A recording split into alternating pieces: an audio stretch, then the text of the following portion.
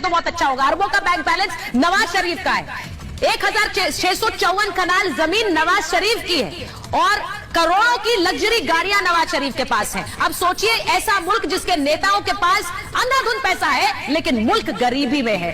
बिलावल भुट्टो जो बड़े बड़े बयान भारत पर देते हैं, पाकिस्तान का रोना भी रोते हैं कि किस हालत में पहुंच गया, लेकिन दुबई में 2 लग्जरी विलास हैं। सोचिए, दुबई में दर्जनों प्रॉपर्टीज हैं। इसके अलावा ये बिलावल भुट्टो की बात बता रही हूं। 181 एकड़ जमीन, 1 एकड़ जमीन किसके पास होती है? वो सोचता है बहुत है मेरे पास। 181 एकड़ जमीन यूएई यूएस में संपत्ति बिलावल भुट्टो की है। और बाजवा परिवार, आपके ex army chief sir 1200 crore के मालिक हैं। क्या किया इन्होंने 6 साल में? कर्नल सिंह सोचिए जरा सर, आर्मी चीफ ने क्या किया ऐसा 6 साल में कि इतनी प्रॉपर्टी इन्होंने बनाई।